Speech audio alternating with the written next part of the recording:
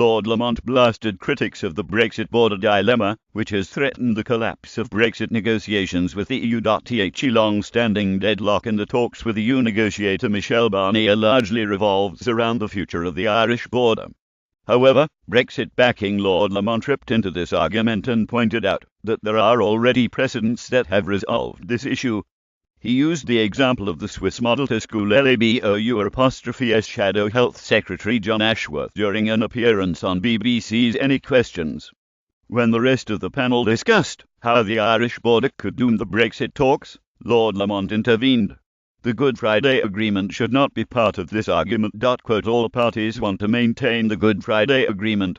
Good Friday agreement has nothing to do with the EU. The EU played no part in Good Friday agreement negotiation, but it has been determined to use this in the Brexit negotiations. BBC host Jonathan Dimbleby quizzed the former Chancellor of the Exchequer, asking, "Do you believe you can sustain the Good Friday Agreement and be outside the customs union, outside the single market ? Lamont blasted critics of the border dilemma, which has threatened the collapse of Brexit talks. That is an example of a country outside the EU that has minimal border infrastructure. Lord Lamont responded, "You have precedents for that. Take the border between Switzerland and Italy, Switzerland and Germany, Switzerland and France, Switzerland and Austria." That is an example of a country outside the EU that has minimal border infrastructure. Labour's John Ashworth then tried to interrupt the Tory peer, prompting him to hit back. "Could I just get one word in edgewise? This drew a huge reaction from the BBC audience, who both cheered and put the remark. JETFU is set to reject the UK's proposal for an Irish buffer zone drawn up by David Davish continued.